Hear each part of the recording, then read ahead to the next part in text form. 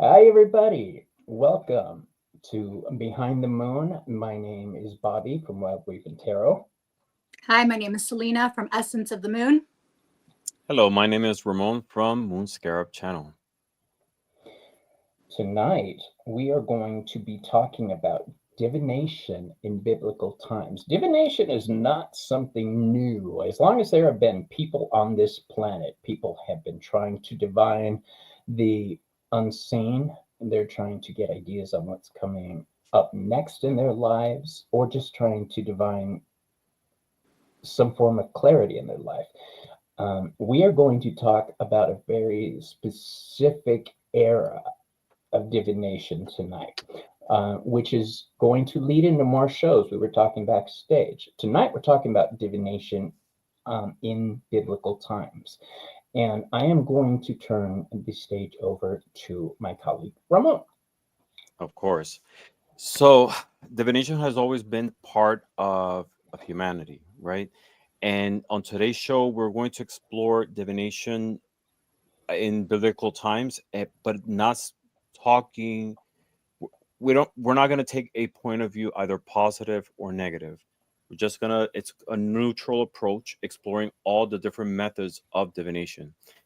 We're using the Bible because we're going to focus on that time period, but the purpose of it is not to offend anyone who sees Right. this book as a religious text.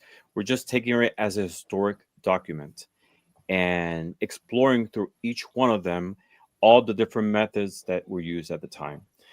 Um, we'll be going through both the Old and the New Testament, exploring all the different methods. And at times, I will be using specific biblical verses just to refer to the ones that were actually documenting what's going on in each one of the stories. Right. Does that sound like fun? It sounds like a blast. Hi, So, Miss Sarah. Yeah. yeah, for now, let's say hi to a couple people, the ones who are joining us. We've got a full house already. Look at this. Ange from Roots and Waves. Ange, Alexis. And we're simulcasting on all three channels. Three-way. We're having a three-way. We're doing Yes, three-way here. Celina's. I finally figured out how to simulcast. Let's see. Alexis, Essence of the Moon. Celina, that's you. Miss Tarot D, you sexy biatch. How you doing? Oh, hello, love. Hello, You know, my fairy godmother. She's my mother now. That's all I'm going to say. So I sleep late in the day because I'm up all night reading and watching TV and stuff. Today I woke up to a beautiful text from Miss Tarot D complimenting the three of us on our show. So that was a fantastic way to wake up, Miss Tarot D. Thank you very much. Yeah. We've got Eternal Light. Hello. Heather, Indigo Jaguar. Heather. Ooh, Linda, Hershey, Nathan. I'm glad you made it, my brother. Brianne. We got a lot of people with us tonight. I mean, it's an interesting topic. Yeah. It is. We've got Midwestern Magician. Oh, hello, Sophie. Is that Sophie? Oh. Yes, that's my girl, Sophie. I hear you talk about wonderful people out there. Whoa, what was that? No, I know my camera's weird tonight. Like I look blue. I look kind of like green. You look like I normally look gray. Yeah, like ghostly. Joanne Miranda. You can't just say Joanne Miranda. You nope. gotta say Joanne Miranda. Look at how many people we've got. Faye of the Forest. Yep. Okay. Big crone energy. I love that. She's a newer channel and she's doing so good. And like I'm just, I love watching her stuff, watching her unboxings. We've got, if I haven't said hello to you, know that I love you guys, and we're going to be saying hi to more people throughout the show. Kristen, how you doing? Hi, Kristen. Let me leave and come back. See if the color of my camera comes back to sync. Okay, I'll be back quick. Okay. Mary. Quite contrary. No, you know that song, Mary, Mary, why you bugging? It was like from the 80s or 90s. I love that You song. got it, Miss Tarot D. She wanted the wrench. Ah, yeah. I she's got one on my end. Yeah, but on mine, I had to wait for them to get on here so that I could give Right, them the wrench. right. Um, we're waiting for Ramon to come back, you guys, but I would like to give you a heads up on possible future shows and to put out there that we also always are looking for suggestions on topics that our You guys want to subscribers. hear? Yeah, let us Yeah, know what you guys want to what do hear. you what do you guys want to talk about? What are you Mhm. curious about but just don't want to deal with it? Oh, Ramon's back. Okay, yeah, I think I look a little bit more earthly. Yeah, you do. All right. All right. Why don't we go ahead and get this party on the road? Yes, definitely. So this is a very interesting topic because, you normally don't associate the Bible and divination, right? Um, there are two things that normally seem to be opposite, but in reality, the Bible, it's, as a document, as a, collection of different scriptures, uh, covers a lot of different time periods, and it's a record of, human behavior, human interaction with the divine, but nonetheless, it's the way humans interact with, their environment, either divine, physical, society, etc. um so in the biblical context, divination is not always condemned. While pagan divination, using like omens, consulting spirits, astrology without divine approval, is forbidden, the Bible portrays many situations where God himself grants knowledge of hidden things through visions, dreams, lots, signs, or spiritual messengers. This practice explicitly is never called divination in the positive sense directly, but it fits the broad definition, which we understand what divination is, which is seeking insight into the divine or the unknown through different methods. So I'm going to cover different stories, like I mentioned, with from the Old through the New Testament. And some of the divination methods that we're going to be covering include scrying, specifically with hydromancy, divination through using water, oneromancy, dream interpretation, claromancy, casting lots. Claromancy is, using things like bones or sticks. Dice is the one that we associate the most with. But in this case, the scriptures call it casting lots. We're going to explore theomancy, which are divine signs or wonders, which the Bible is full of them. Uh, Urimancy, this one is a new one because it's specifically to something in the Old Testament, and I'm going to elaborate on that. We'll talk about astromancy, which is reading the heavenly signs, and what story in the Bible had a miracle or a sign portrayed in the heavens. And if you don't remember, we'll go into that. And necromancy, which even though it's prohibited completely in the scriptures, there is one story, one instance in which, according to the scriptures, God allowed uh, divination through the invocation of of a dead person, of a spirit, to be able to be executed. Um, and the first one we're going to start with is oneromancy, and this is dream interpretation. And the story that, yeah, and the story that we're going to be referring to is the one when Joseph interprets the Pharaoh's dream. And if you remember, I think there's a Disney movie called Prince of Egypt, and it kind of Great like song. It's such a good what movie. I love that song. Prince of Sorry, you Egypt. got like, yeah, Uh, It's a Sorry, good we movie. geeked out for a second. I Yeah. know we did. We're like, wow, the Prince of Egypt. And this is an illustration that I put together for it. But let's first talk about who was Joseph. So Joseph was the 11th son of Jacob. And if you remember, Jacob is that character in the Bible who fought with an angel for a blessing. He fought with him all night, and he was renamed from Jacob to Israel, which is Yeah, the Christian nation, you know. And Israel, what it means is he who fought with God. So Jacob had 11 sons, but there was one specifically that he favored, that was favored by his father and his brothers in jealousy. When Joseph was a teenager, their brothers sold him into slavery, and he was taken to Egypt.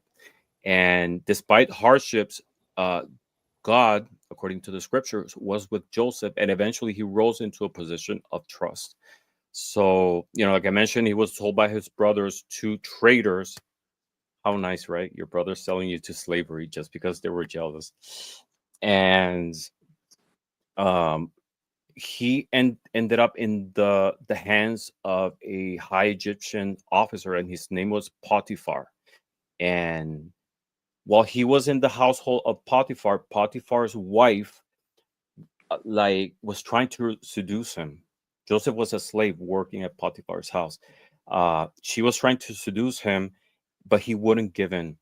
And one day during one of those instances that she was trying to get his hands on him, he resisted and he flew the scene, leaving his clothes behind, and she ended up with the clothing. So she accused Joseph of assaulting him, sexual assault. So Joseph ended up in jail. He was thrown into prison. And while he was in prison, Joseph correctly interpreted the dream of two fellow prisoners. One of them was the Pharaoh's cupbearer, and the other one was a baker. And later, when the Pharaoh of Egypt had this particular troubling dream that no one could interpret, the cupbearer remembered that Joseph interpreted a dream for him, and he recommended him to the Pharaoh. So the Pharaoh of Egypt had two symbolic dreams. And I think this is one that we remember a lot. And one of them was the 7 fat cows being eaten by 7 skinny cows. And the other one associated with it was 7 healthy ears of grain being consumed by 7 thins. And Joseph then was brought from prison, and he told the Pharaoh that the dreams were from God, revealing 7 years abundance, and they were followed by 7 years of famine. And specifically, the text, and I'm going to read this, says, "And Joseph said to Pharaoh, the dreams of Pharaoh are one. God has revealed to Pharaoh what he is about to do. The 7 good cows are 7 years, and the 7 good ears are 7 years. The dreams are one. The 7 lean and ugly cows that came up after them are 7 years, and the 7 empty ears blighted by the east wind were also 7 years of famine." Right? So no one could interpret this dream, but Joseph saw through the signs and divine connection uh, the message. And Pharaoh was so impressed that he immediately appointed him the second in command over the whole land of Egypt, the second after the Pharaoh himself. And Joseph executed a administrative plan, storing food during the years of when there was plenty in abundance, and he saved Egypt and the surrounding nations, including his own family, from the famine. Um, Surrounding nations, we can think of maybe Sudan in the south of Egypt. There were one kingdom. That's where Upper Egypt used to be what today is Sudan, and Lower Egypt is the country of Egypt. So, in summary, here revelation, divination, in a sense, through dreams, there was a divine message in which it was revealed that the coming famine to the Pharaoh through the symbolic dreams was interpreted correctly by Joseph with divine intervention, and Joseph's insight helped save Egypt, Israel, and all the surrounding countries. Any comments in that topic?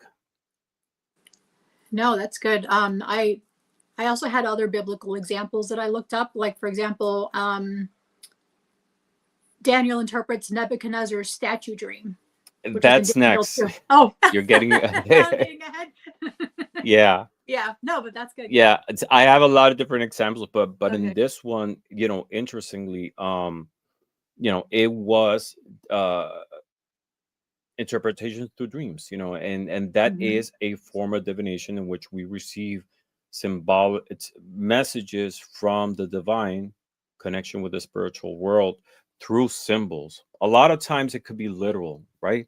But other times it's really symbolic, and we don't understand it at the moment.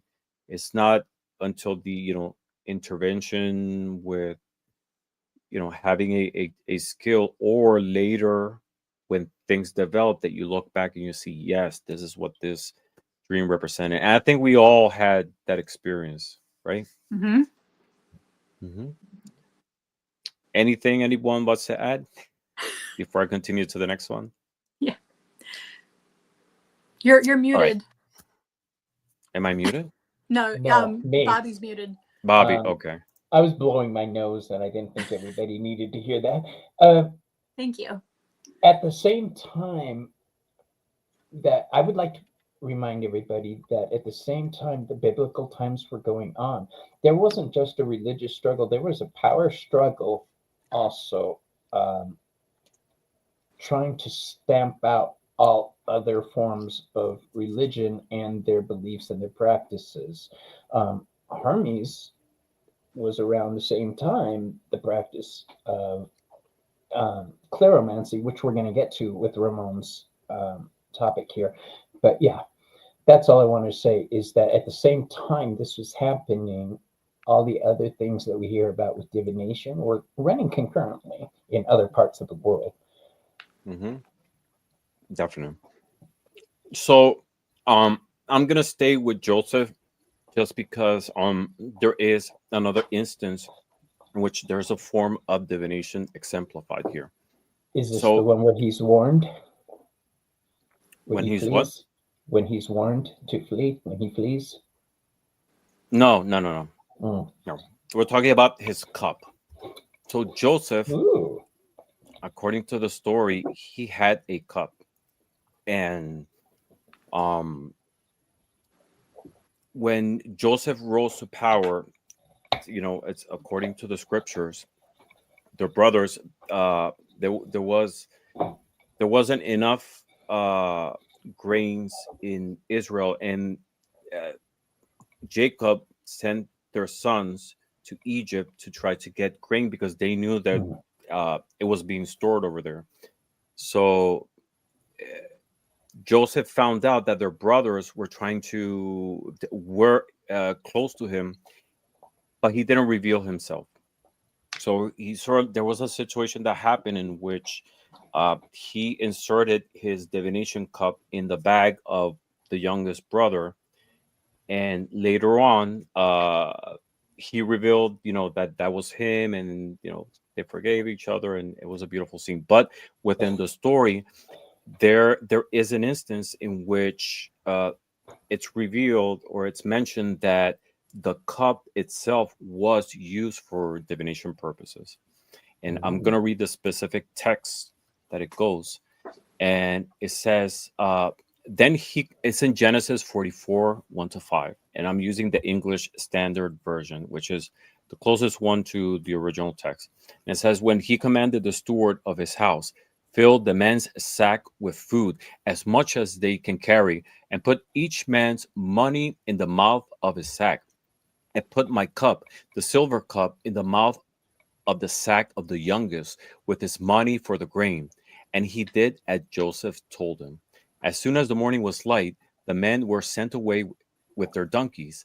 They had gone only a short distance from the city. Now Joseph said to his steward, follow the men, and when you overtake them, say to them, why have you repaid evil for good? Is is is it not from this that my Lord drinks, and by this that he predicts divination? You have done evil things. So, in this case right there, clearly it states, that the cup that Joseph had was used for divination purposes. And what type of divination or mancy is this one? We can assume it's hydromancy, which is the most likely candidate, being that it was a cup, right? And this is the practice using water or reflective surfaces, such as, a cup of liquid for divination, Mhm. similar to scrying. It's a form of scrying, right? And in ancient Egypt, reflective surfaces were used by priests to seek visions or omens. And Joseph's silver cup could have symbolically reflected this practice, right? Now, was Joseph really divining? This is a question that has stirred a lot of debate, but there's three major interpretations. Um, A, that he was actually practiced divination, and some scholars argue that Joseph, while he was living in Egypt and raised in Pharaoh's court, did learn and use Egyptian methods, but always under God's sovereignty. I want to make a point here, and a lot of the instances in which divination is permitted, it's not the practice itself, which later on is condemned, is the source. Because in a lot of instances, divination is permitted and practiced, but always with the intention of connecting with God or their interpretation of the higher power for insight. You know, not pagan gods. That's where the difference is. Not the practice itself, because it was widely used, and we'll see more examples of that. um his ability to interpret dreams and foresee events was consistent with divinely inspired wisdom, and it wasn't pagan sorcery, basically. Now, that's A. B, he was pretending for strategic purposes, right?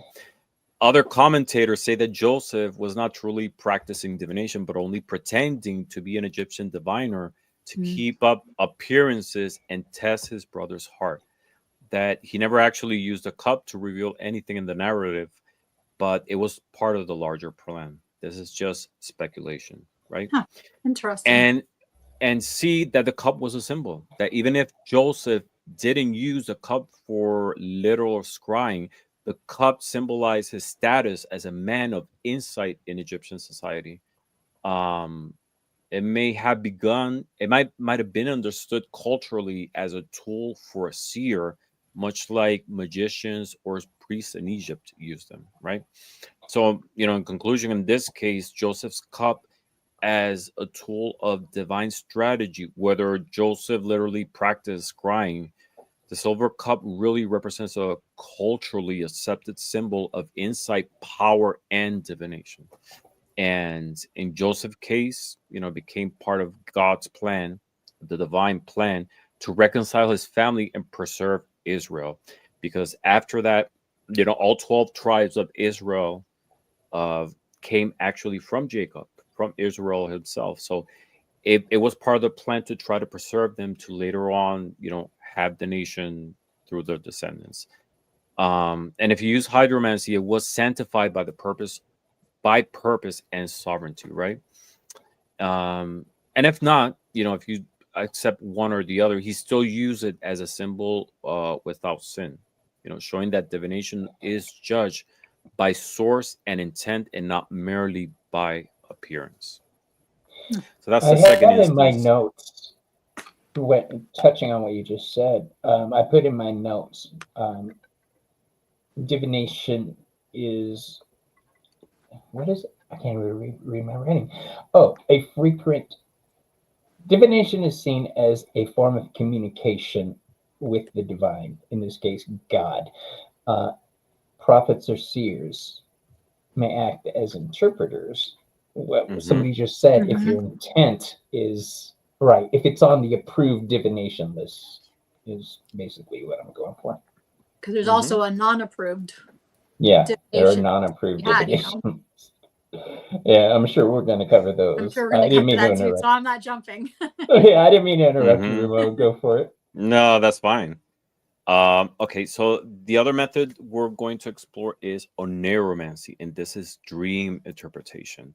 And we're going to go to the case of Daniel, when he interprets Nebuchadnezzar's dream.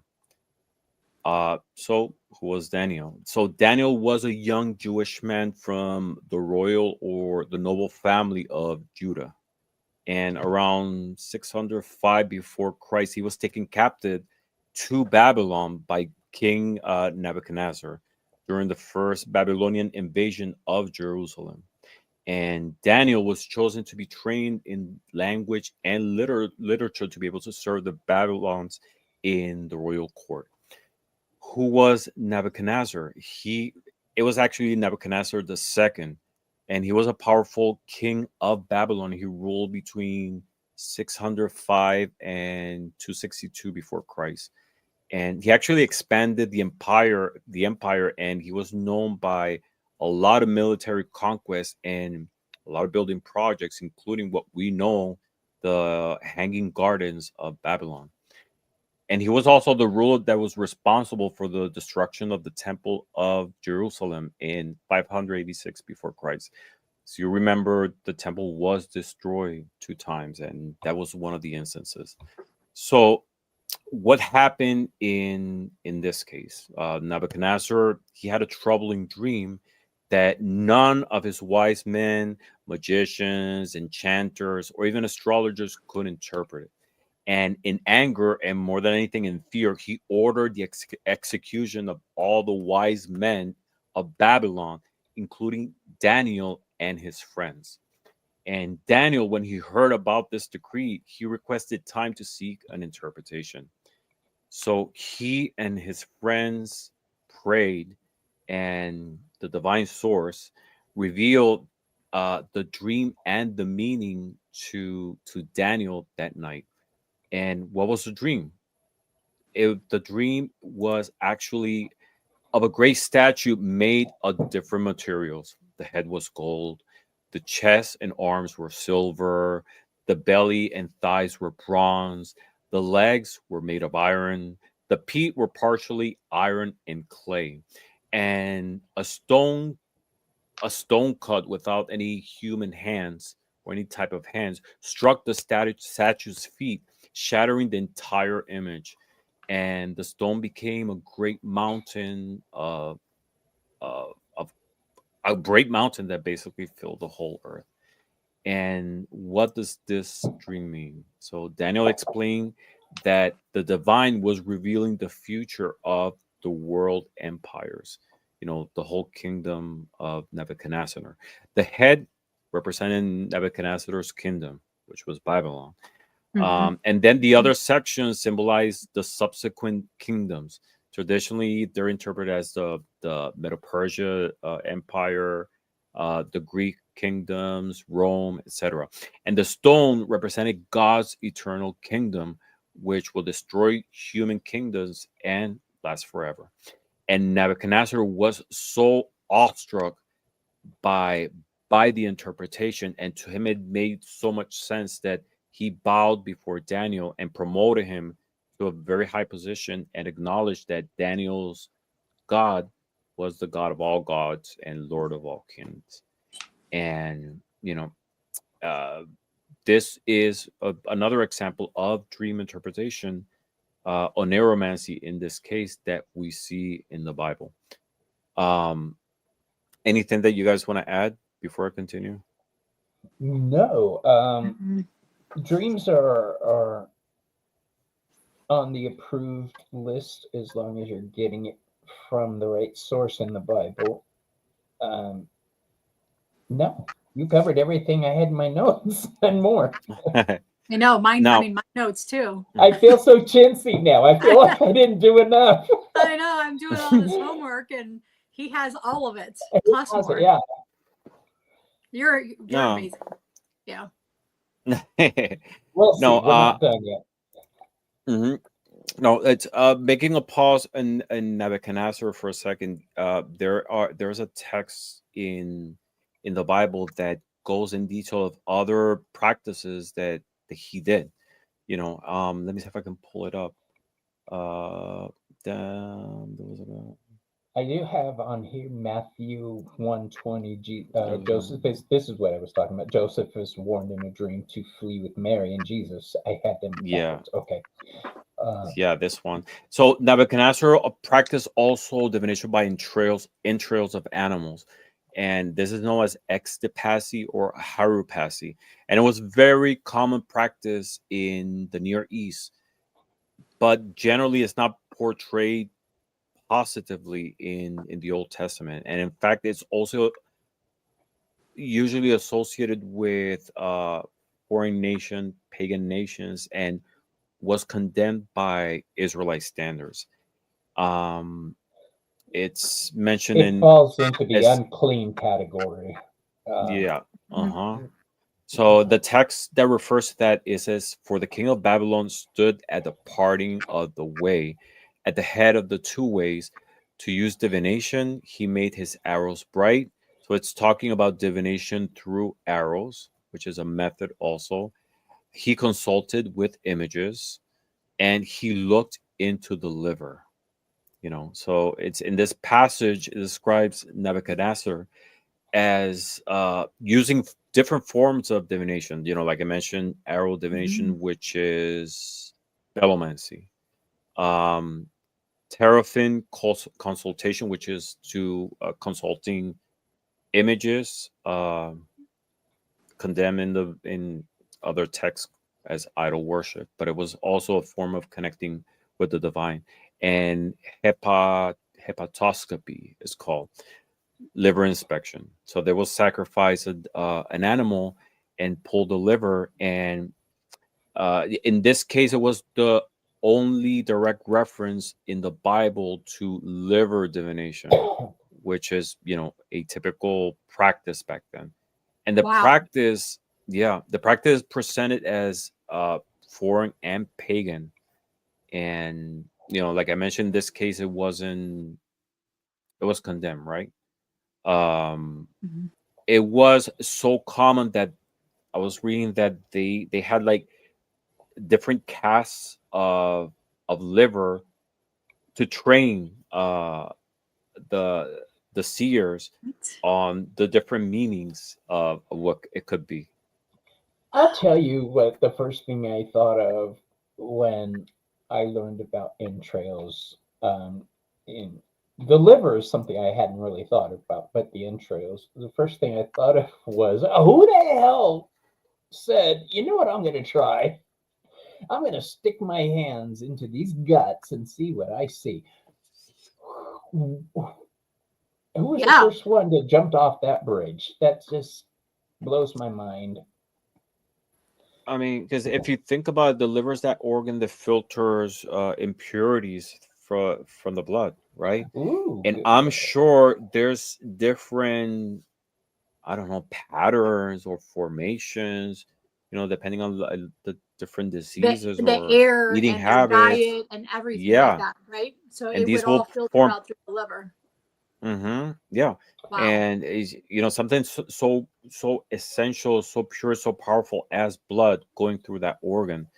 And also it should, I'm sure it forms like different patterns. Like we scry, I don't know, with tiles in the bathroom or patterns in Oh, I do the that too. fabric. Yeah. Yeah. Yeah. Mm-hmm. Patterns So in I'm the sure that, clouds. Patterns. yeah, Yeah. Yeah. Patterns on your marble countertop. You look at patterns like that all the time, or a crystal. You can mm-hmm. stare at it and find a Yeah. bunch of little patterns on there, and come up with you're using some type of divination doing that. So yeah. Totally. All right. Let's go to the next one. And the Bring it next one on. is cleromancy, casting lots. Now you're into my territory. Woo! Yeah, cleromancy, casting lots. So casting lots was an ancient practice, and it was used to make decisions to determine the course of action. And it was often believed to reveal divine will. And then it involved using objects like stones, sticks, marked pieces, similar to what we Mhm. have nowadays, dice. And they were thrown or drawn at random, and the outcome was interpreted to be a decision made or guided by God in accordance to the Bible. And in the Bible, casting lots was used for different purposes, discerning God's will, dividing the land of Israel among the different tribes once they enter into the promised land, sometimes assigning temple duties, choosing later on an example I'm going to show. It's one of the apostles after Christ's death and ascension was chosen through divination, right? Through casting Ma- lots to replace Matthias. Judas, to replace exactly to replace Judas. So it was considered a legitimate and divinely sanctioned method, uh, especially before the Holy Spirit was given to believers in at Pentecost. Because then after that, you don't see like records of casting lots being used.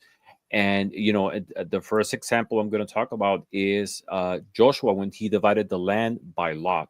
And who was Joshua? Joshua was a successor of Moses and the leader of the Israelites after they entered the promised land. We're talking about Canaan, right? And Mhm. what happened specifically in Joshua 18. At this point of the narrative, the Israelites already entered the promised land and won several military victories over its inhabitants. And different tribes and other ones, different tribes receive their their lands, right? But there were 7 tribes that didn't receive any territory that was was available or allotted to them. So he started dividing the land by casting lots before the Lord, trusting that God will direct the outcome. Why casting lots? Casting lots was biblically sanctioned and it was a way of seeking God's will. It wasn't gambling. It was a No. sacred method that relied on divine sovereignty to make impartial decisions. And the process showed that in this case, the divine was not man, was in control of the land distribution, specifically in this case. Um, the other example that I was bringing was, like you said, Matthias chosen to replace Judas, and this is in Acts 1:24 One. to 26. Yeah. Yeah. So For those who wonder why I know some biblical verses, my mom sent me to Christian high school because she didn't want to be accused of indoctrinating her kids. So yeah, that plus I got kicked mm-hmm, out of all the other ones. So yeah, I do have a little bit of Christianity in my background there. mm-hmm, Um, yeah.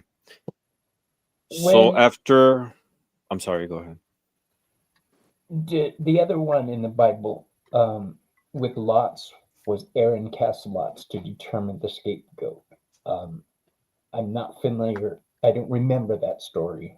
I don't know if you have anything on that. Which one? Which one's that? Leviticus 16:8. Aaron cast Mm-hmm. lots to determine the scapegoats. Oh yeah, I read of that one. I just wanted to focus on certain ones, but there's like so many Mhm. examples Oh yeah. in the Bible of casting lots. It was a very common practice. Um, Up to the point that there is one method or one specific tool that I'm going to go into that was part of the garment of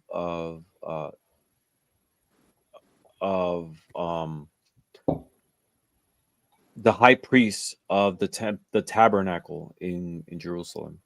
But it was a very common practice, and we see it mostly in the Old Testament, a little bit in the New Testament, but it was very common within the Casting lots is people. similar in my mind to drawing straws. That's what I was thinking about, drawing Mm-hmm. straws, you know, Yeah. because that was like an example Yeah. that I was able to pull up, was drawing straws. And we still do a lot of that now to this day. Like, oh, you got the short Heck yeah. straw, you know? So a lot of the Mm-hmm. stuff we still use to this day. And yeah, remember, they didn't have Amazon to order their divination tools off of. They used what was at hand, you know. Yeah. They used bones, rocks, water, fire, Whatever they could smoke, find. Yeah. whatever was there. Nature, Leaves, nature, nature. and more powerful than that. You know, it's a tool coming from nature itself with the energy of Earth. You know, coming from material from the stars itself. Mm-hmm. You know, something natural. A tool created by themselves. That's why I say, you know, when you create your own divination tools, it's infused with your energy. I love seeing all And Ramon's divination tools on his channel. It's really inspiring, but I'm not that you know, good with making my own tools. I'll stick with my tarot cards. it doesn't have to be pretty. It has to be functional and one that you connect with. You know, you want to make a pendulum, a string and a piece of rock is I did. enough to make it happen. I wear You know? this on my neck. It's a big crystal, but I lengthen the chain and use it like floor length. Mm-hmm. It gets a bigger swing, and I just enjoy using this one more Yeah. than the shorter ones. And go on. All right. So after Judas, there's actually two Judas in the Bible, and we're talking about Judas Iscariote, which was one of the disciples, the one who betrayed Jesus. Mm-hmm. So after he was gone, some stories say that he hanged himself. The other one that he died in an open field.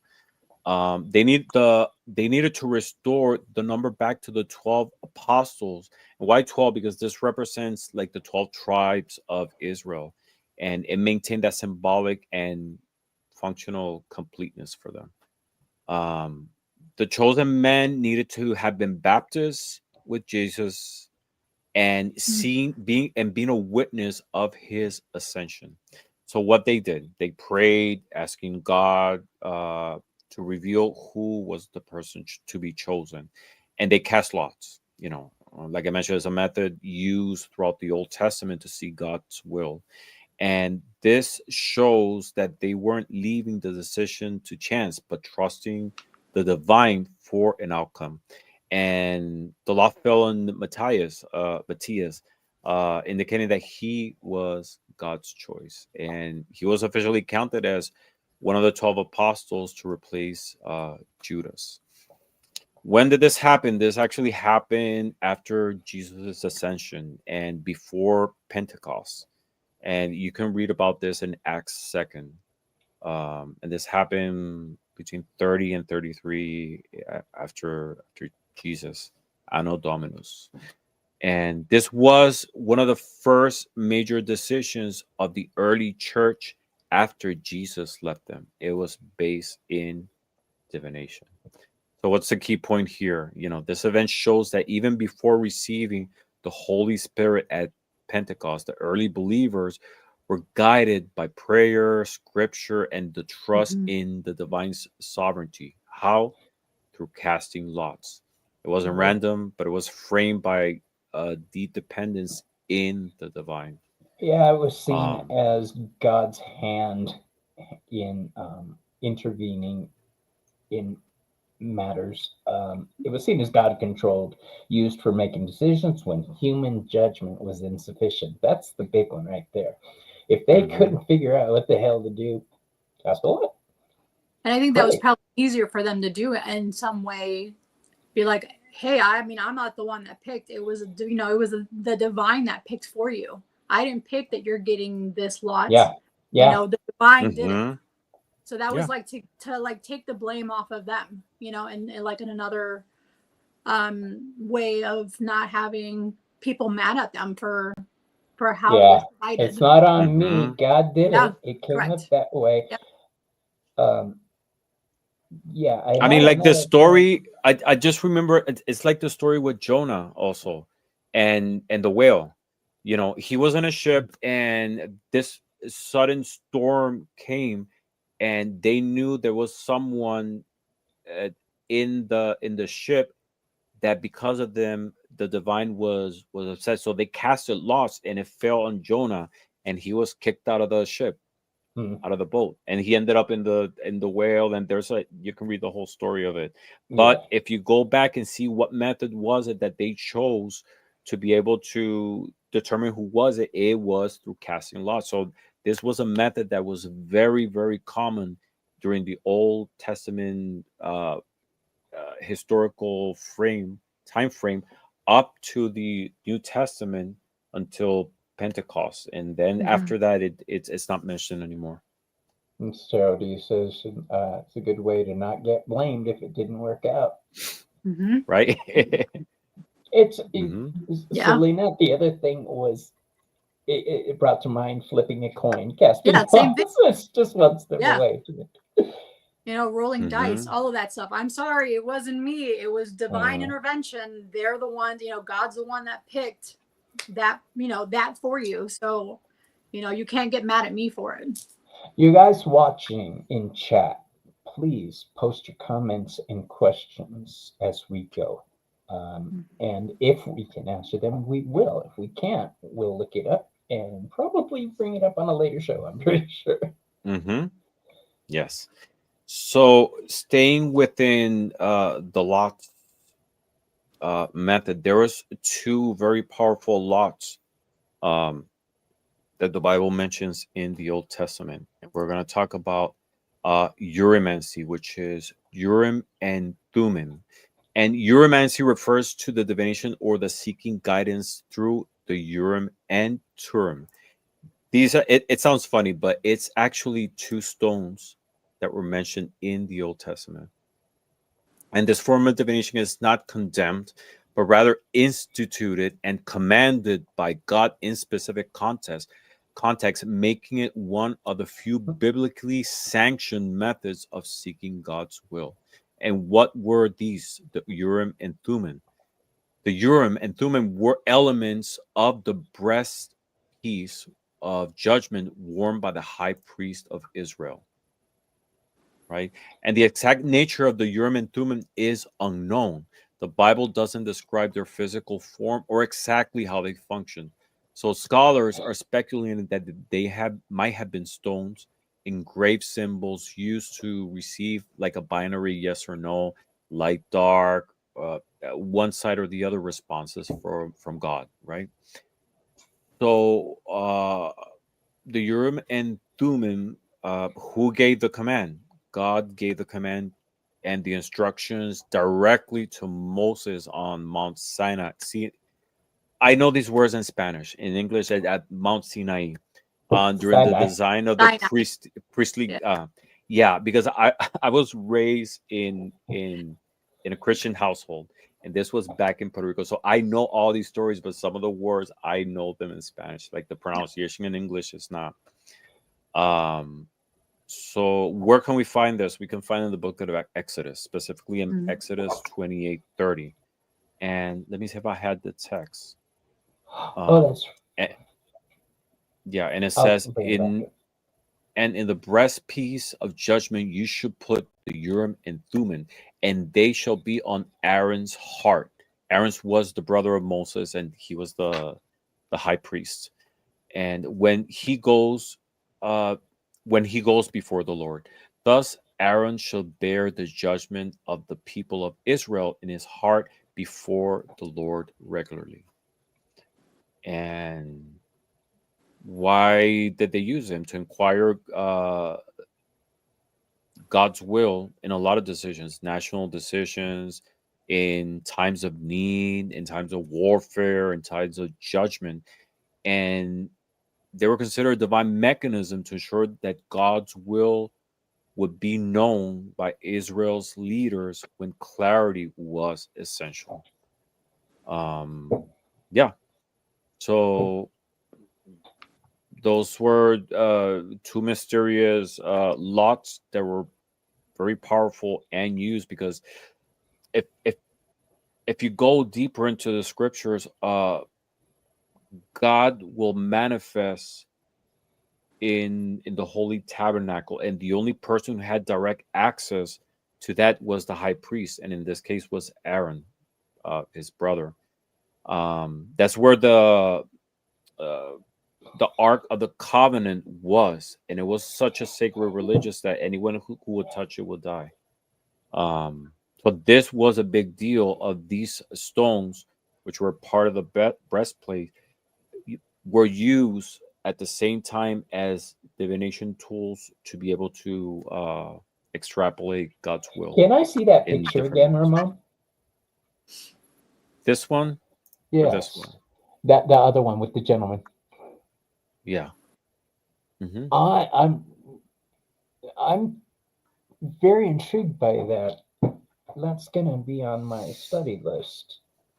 See what I can dig up. I doubt I'll be able to dig up much, but Mm-hmm. there has to be modern practices of this that I'm going to look into to see how people interpret what it might have been for today's times. That's like that falls into me, yes or no binary. That's flipping coins. And when you did that, I was so excited. I got my little stones that look just like that. Yeah, so I was thinking of the magic 8 ball, like make a decision yes or no. That's the first thing that came to mind was that magic 8 ball. Yeah. Let's shake it and see what it says, and then that's your outcome. The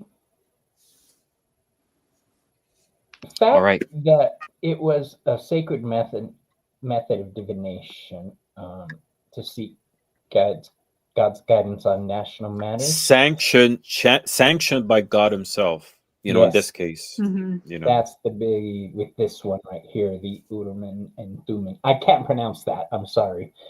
Urim. Somebody thought you had said urine. Urim and Thummim. That's what Bill said. Yeah, Bill said. Yeah. All right, moving on. All right, let's go to theomancy.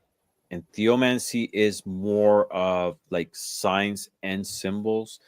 And the example that I'm going to use in this case is when Moses threw the staff when he was in front of Pharaoh and it became a snake, and specifically going into the book of Exodus, it says, and he said, throw it on the ground. So he threw it on the ground, talking about the staff, and it became a serpent, and Moses ran from it.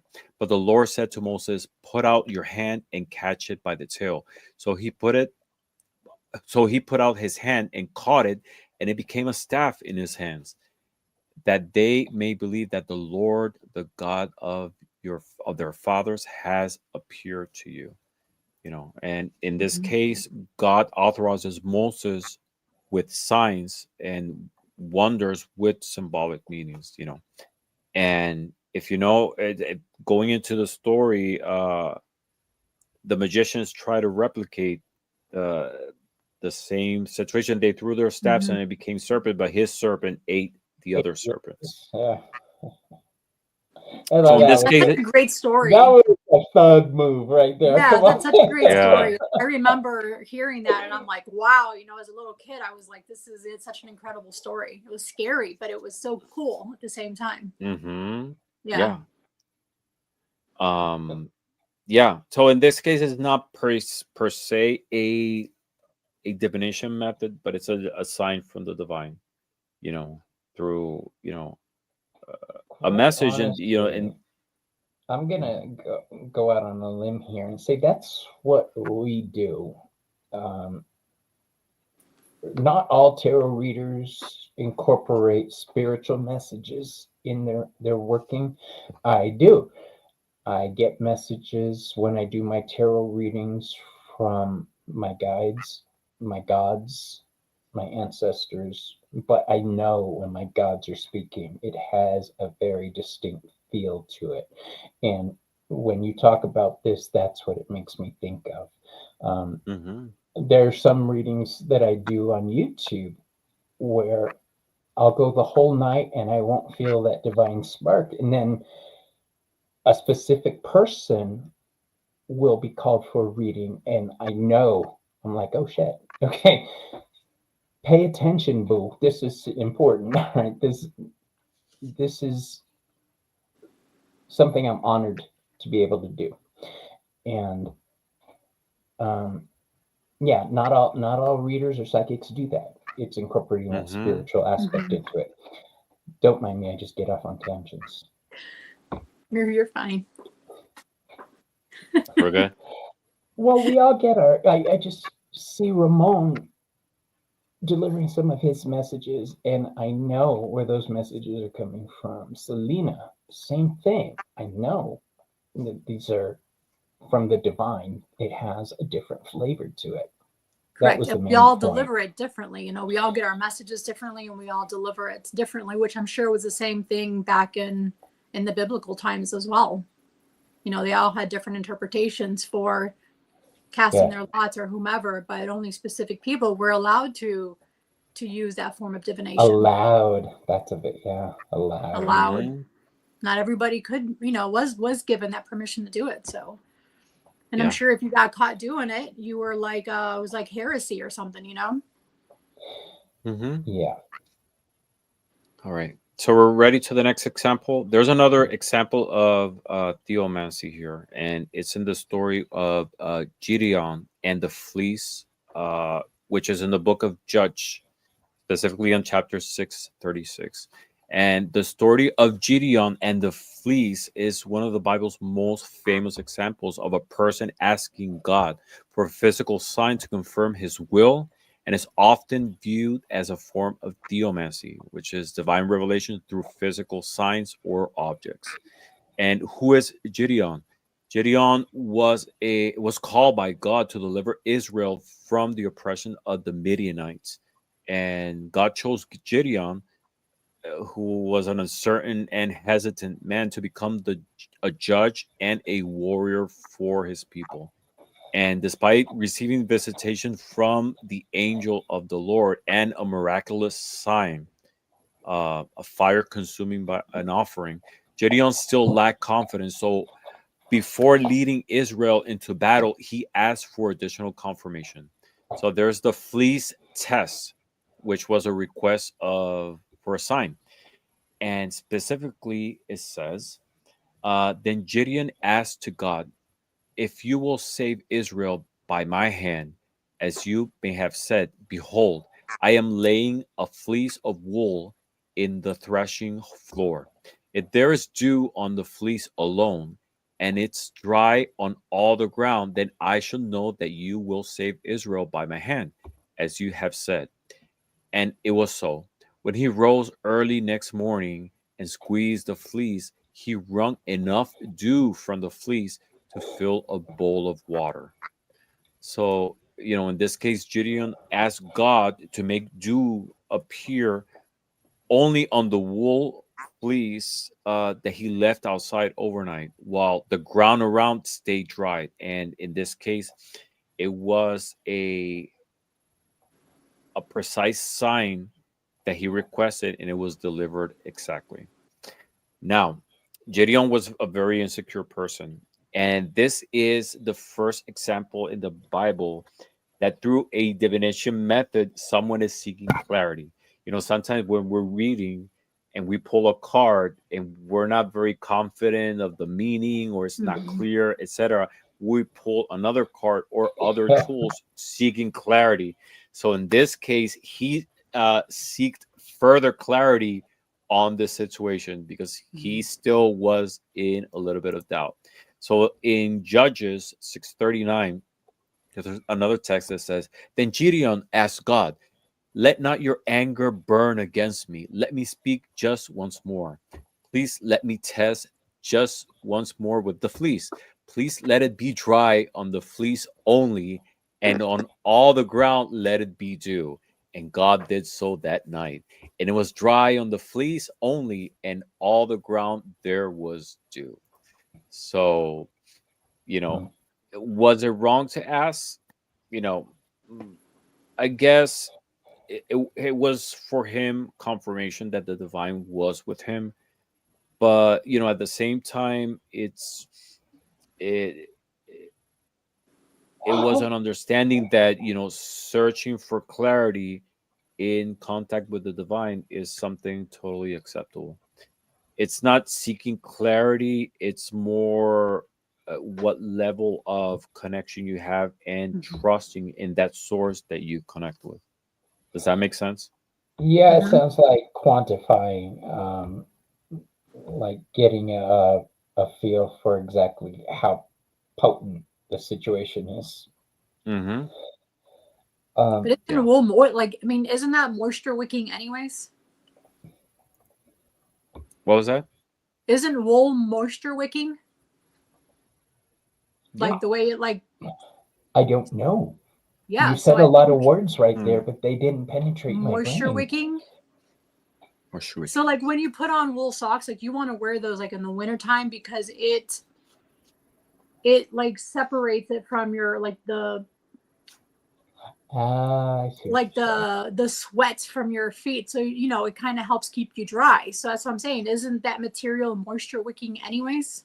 Wool is moisture wicking. Good for Yeah. camping in the cold too, Vivian. Yeah. So the fact that that happened, it was also I feel a material. Okay. I want to say this real quick. Um, no, I'll save it to the end. It's okay. No, Because what I was know it? I know you're going to touch on it on the next topic. Go ahead. No, what was it? No, go ahead. This No, is our show. It's not mine. these lean into one another, so it's kind of hard for me not to say, well, what about this? What about this? Because I'm like a little Mm-hmm. kid saying, yeah, keep going. Um, yeah, I totally lost my thought right there. It had to do with the same thing I already said about getting words of knowledge. That's what it is. Christians call it words of knowledge, a word of knowledge. My mother-in-law, she's total Christian, but she gets words of knowledge. Okay, I'm like, no, you're psychic. Is what it is. No, it's words of knowledge. Yeah. So, but yeah, it's the viewpoint on where their information is coming from that makes it acceptable. Mm-hmm. Yeah, Mm-hmm. that's Yeah. it. All right. So the next example we're going to touch on is on necromancy. And Hey, Rochelle. I hi, loved your Rochelle. interview the other night. That was awesome. Yeah, it was a lot of fun with Rochelle. She was a beautiful soul. So, what is necromancy? It's divination or seeking knowledge through the dead. Simple, And there is a case in the Bible that we can find in the first book of Samuel 28, in the verse 3 through the 25, and it tells the story of Saul. And who was Saul? Saul was the first king of Israel, and Saul was anointed by the prophet Samuel, but he was a rebel. He repeatedly disobeyed God's commands. And it got to the point that he couldn't hear the voice of God anymore. He used the Urim and Thummim also. Nothing will come up. Like it was like it was everything was mute for him from the divine. He couldn't receive any message. He grew desperate, so he turned to a medium. And why did he do this? Because he was terrified, because there was going to be a Philistine invasion, and he wasn't certain if he was going to be victorious in the war. And he tried to seek divine guidance, but again, God refused to respond. And feeling abandoned, he turned into methods that were considered forbidden, and this expressively violated the divine law. So in this case, he turned to a medium, and this was considered a witch of Endor. And who was she? She was a unnamed female necromancer who communicated with the dead. And she practiced necromancy through ritual means. And what happened in this case? Samuel was Saul. His intent was to summon the spirit of Samuel to be able to find out about the outcome of the war. Who was Samuel? He was the last judge of Israel, and he was a prophet who anointed not only Saul but also David. But in this case, at this moment, he was deceased already. And what happened? Saul, desperate and afraid, reach out to this medium, and he disguised himself and visited the woman in secret. She was hesitant at first, but agreed when Saul swears by the Lord that he was not going to harm her because this was a prohibited practice. And to her shock, when she summoned the spirit of Samuel, he actually appeared. And Saul asked the spirit for guidance, and Samuel responded with a harsh prophecy. And let's see if I have it.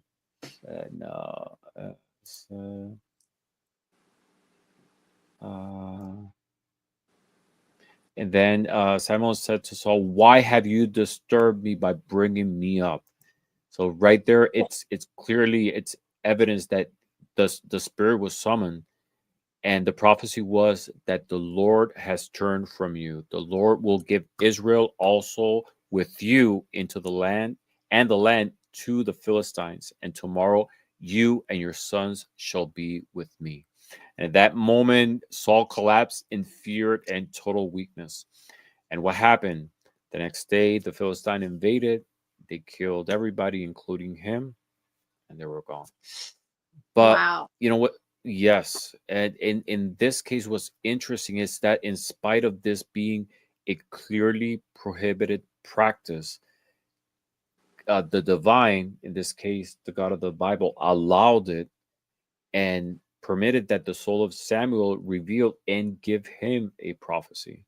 So it's interesting that how, that's even though it was prohibited practice, it was sanctioned by God to be able to deliver a message. It's a totally a unique exception. Mm-hmm. And it's a single case in the whole scriptures that something like this happened.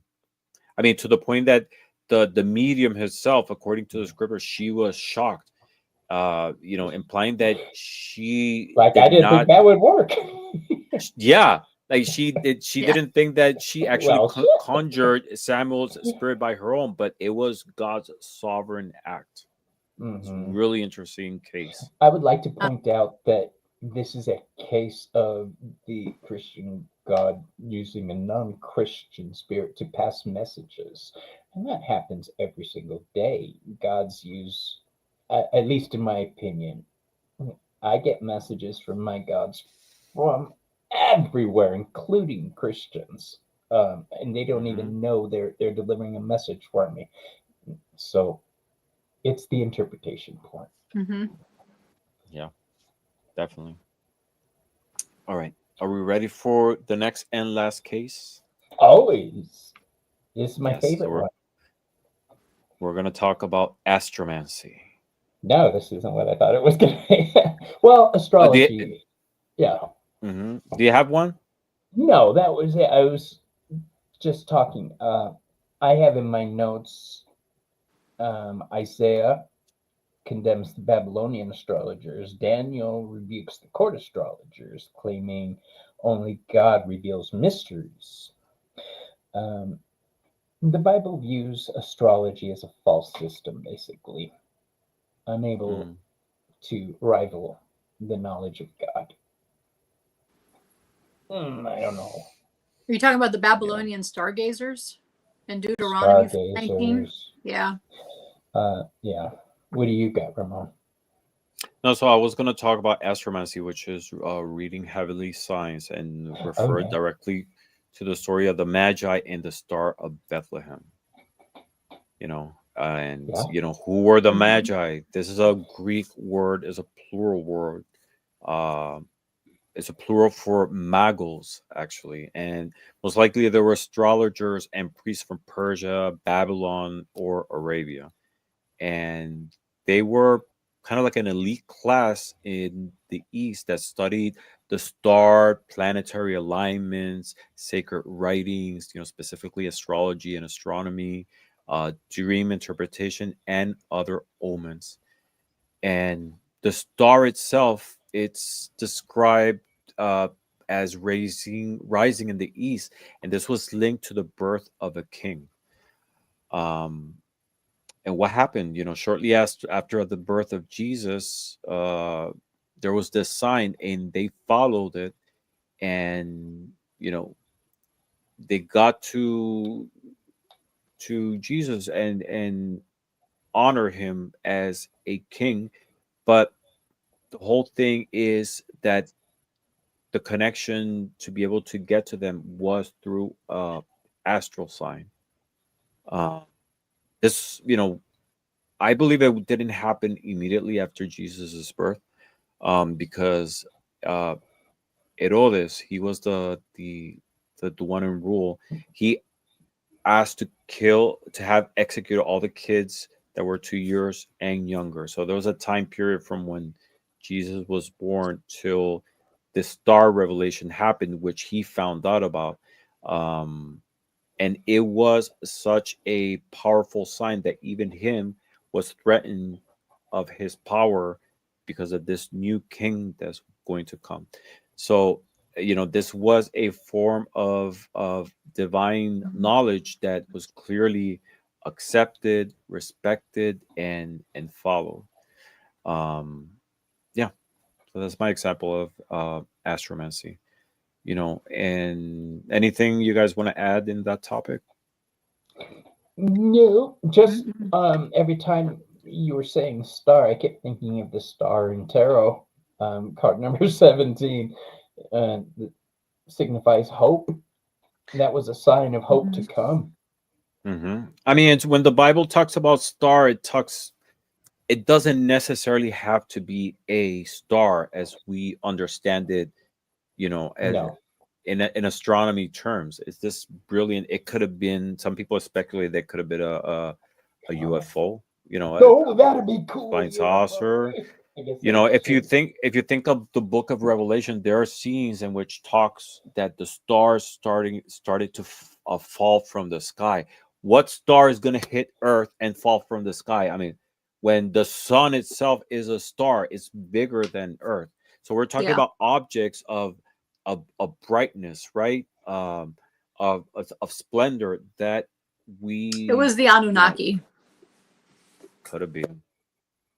And that's an interesting topic to talk about in a show. Yeah. Right?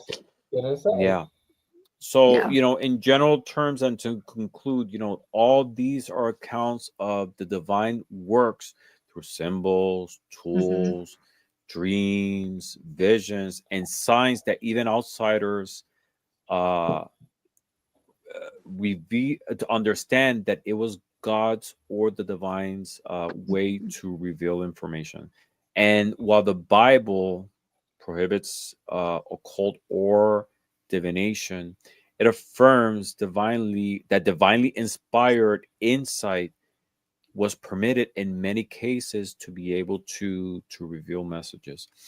So, I would think that they would think it was okie dokie to use the heavens for signs, since that's where their God lived, was in the heavens, and they were just getting messages from him, so to speak. Yeah, definitely. So, I hope through this presentation I was able to illustrate not only different divination methods that were used during this time period, but trying to stay in a neutral position, not favoring or criticizing the posture, but to understand that to share that divination has always been part of humanity, right? Trying to search connection with the divine, understand through supernatural means, searching for answers to be able to understand the world around us. Look at the book of Revelation. The whole thing is a big prophecy about what's to come. It is, yeah. It's from John in the island of Patmos. He had this whole revelation of things to come. And it came from the divine, And some of them haven't even come yet.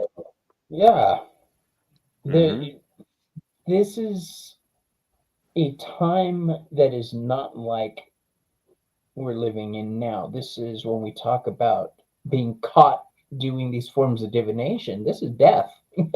This is not, oh, shame on you, go home. No. No, you were probably, stoned, yeah. Pressed, all kinds of fun stuff. Yeah. Beheaded was another one that is mentioned in the Bible a couple times. But my final thoughts on everything we talked about tonight is the Bible does not condemn all forms of divination, only those not authorized in their eyes by God. Approved forms like the Urim and are God directed, so they're okie dokie. Looking at the heavens where God lived to get your signs, okie dokie. Anything that involved possibly going outside of God's law, which back then God's law and the law of the land were kind of the same thing. And if you deviated from it, you paid the price. There are many, many forms of divination in the Bible, and that's just what I keep coming back to is Revelations. The whole book is a prophecy about what's to come. And that's my final thoughts. Yeah, and the whole Bible is full of them.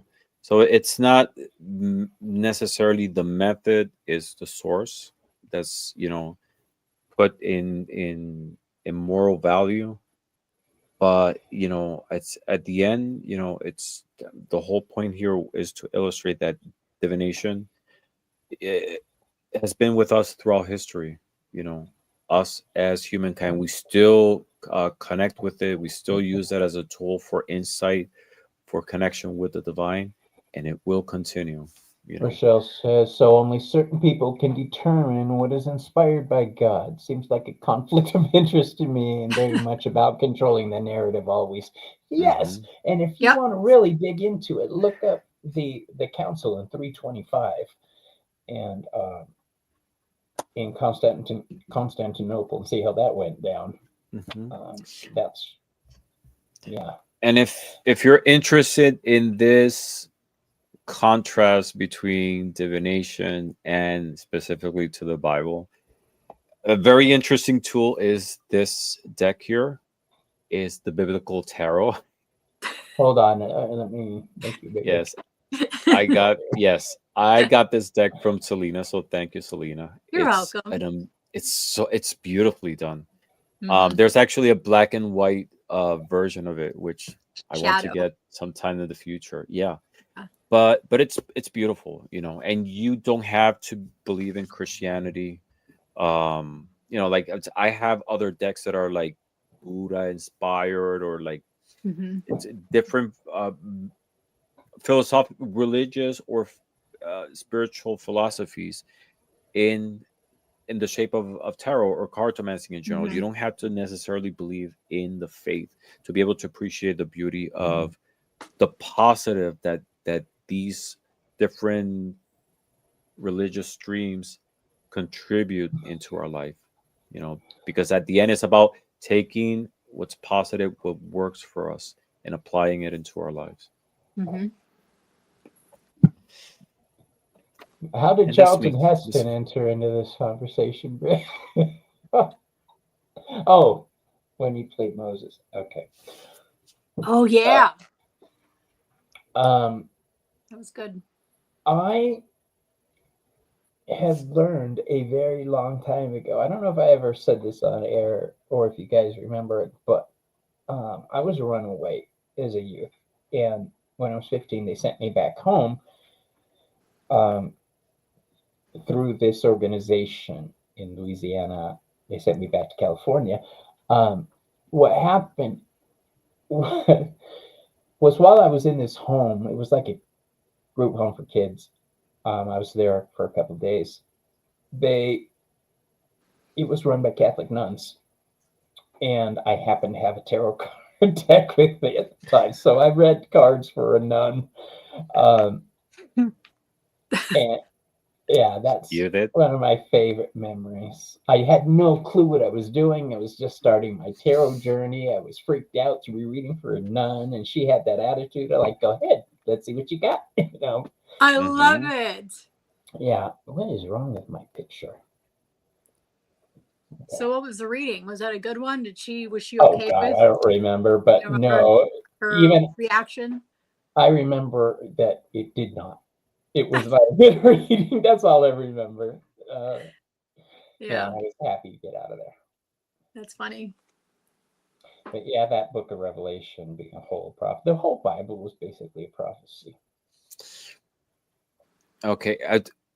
So everybody's like scandalized because you read tarot for a nun. How about a nun reading tarot? Because Miss Tarot D was a nun before she came into our community. Yes. How did I just? Yes.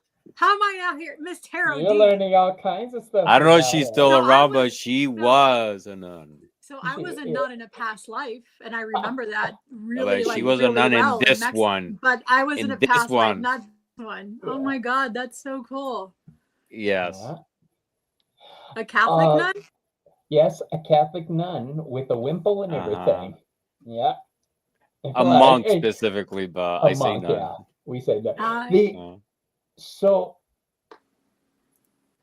oh gosh, it knocked it out of my head when I saw what Miss Tarot D was laughing at. Oh, I remember Celina found out some other stuff. I guess everybody, I had never said that I had an ex-wife before. And you could be somebody's zaddy. Yeah, I could be somebody's zaddy. I got a lot of private messages after that broadcast going, "What the hell?" I know. I was like, "What did I just hear?" Yeah. And I knew you were in the middle of a live, so I couldn't like text you right away, but I wanted to like blow up your phone. Like, why am I now hearing this on your live? It's not something I was ever planning on bringing up. I just don't like to think about it. But when I said it, have you ever said something on air and realized I really shouldn't have brought that up right now? I didn't mean to have everybody hear what I just said. It was funny. It was. Because I get a message from Celina. What the hell? I did it. I'm like, we need to get on our live early tomorrow so that we can have a conversation about what just happened. So, what are your individual viewpoints on divination in biblical times? I think like I mentioned, it was part of the culture. Each culture has their own methods, and we explored a lot of them here during the show. Different cultures have their different methods, right? But I think what the common denominator in all cultures is trying to connect with the divine. Now it's over time, man's quest of control tried to reduce, specifically with the church. And I'm not criticizing the church. It's just, how I view it.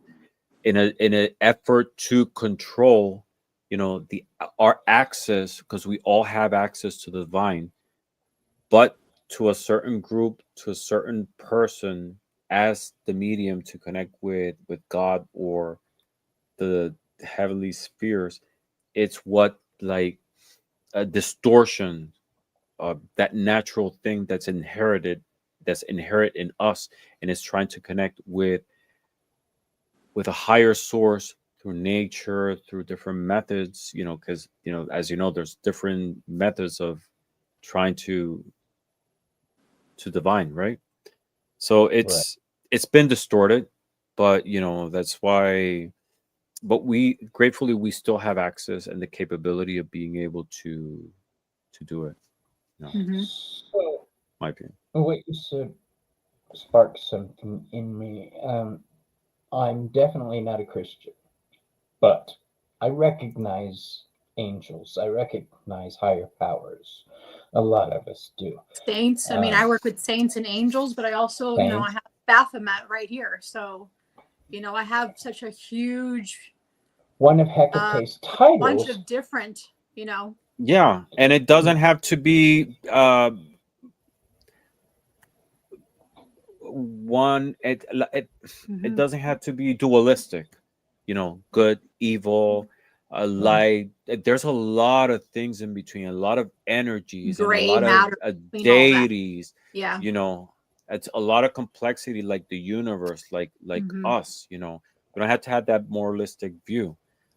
It's what resonates with you, what you connect with, and what you take and put out there. You know, and understanding that everything that good, bad, and everything in between has a repercussion and comes back to you at the same time. That may be why the Thomas Gospel was forbidden, because it cuts the middleman out of divine access. That No, was a big. it's true, because if you think about it, like the Bible is not.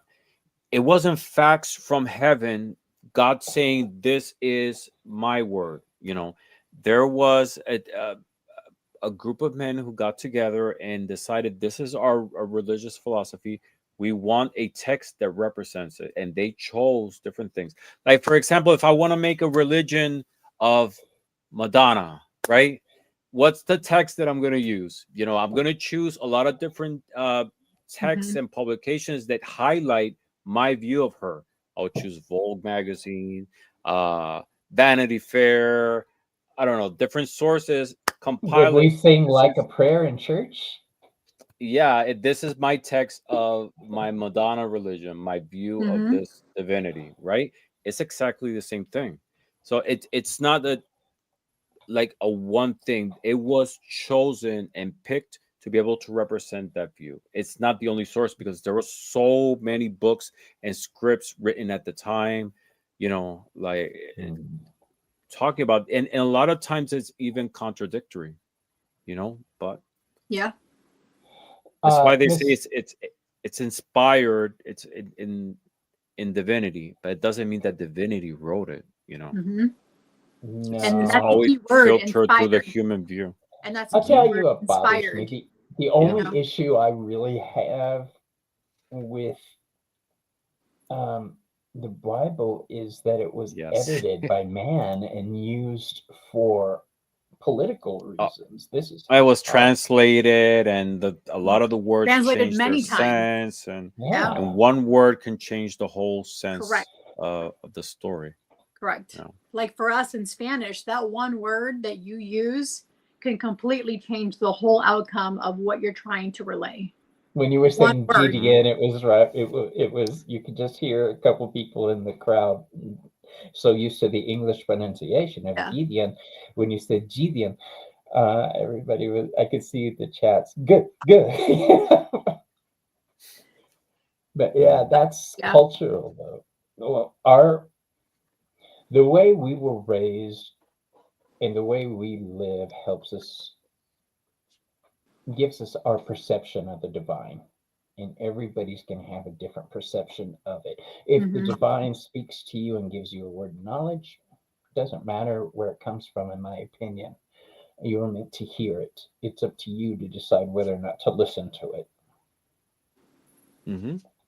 Totally. Yep. That's kind of long-winded. Sorry. So I hope you guys enjoyed this. I was mentioning backstage, this is not just limited to the Bible.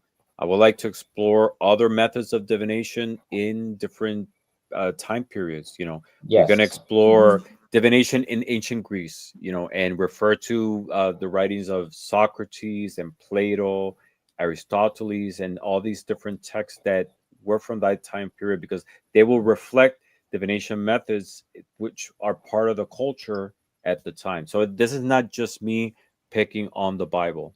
It's I just use it as a biblical historical times. text. Yeah. Right. And another time we can discuss divination in the Middle Ages, you know, and refer to different methods and texts that will reflect that. So that's going to be exciting, because be... that's when alchemy started coming around. Yeah. We're like talking about Egypt and geomancy. Geomancy was very popular in the Middle Ages, you know. So these are other methods that we could talk about, divination methods from different cultures. Yeah, You so know, it let us doesn't know have what to you be guys limited. want us to discuss, or if you guys have any topics that you want us to hear about. Yes, and um, I'm gonna talk to my two friends here about making a Facebook page so we could get suggestions for show ideas. That would be awesome, and I will let you guys know what we decide on that. This is funny. When I attempt Spanish sentences, my hubby says, "Okay, you know what? Mine does too. Um, my Spanish is so bad that I won't speak it around his family. I can't. It just breaks their hearts when I try. Anyway, so everybody, I want to thank you for being here tonight. Next week, Celina, do you want to let everybody know what's going on? Yeah, so for next week, Hold on. I will be leading like Ramon did on this episode, and we're going to be discussing different forms of spell casting, spell work. So if you guys have any questions or want me to touch in on a specific topic in spell, add that to my notes, and I'll be more than happy to address any questions you have, or if you have any concerns on, well, I heard it's done this way by this person, but then this topic over here is telling me it's done this way. What's the right way to do it? And not that I'm going to like give you exactly the right way. I'm going to lead you into you deciding what the right way is for you. But yeah, let me know what you have questions about, and shoot me a message, an email on. I mean, I'm on Instagram. I'm on obviously here on YouTube. Yeah, so just send me a message, send me an email, whatever, and I'll be more than happy to touch any of those subjects for you guys have questions about. Yes, reach out and touch us. Yeah. We want to be touched. I want to thank everybody one more time for joining us. And as always, thank you, Ramon and Celina. Yeah, thank you Ramon, everybody for this your was an beautiful. excellent show, Ramon. Yeah. Thank you.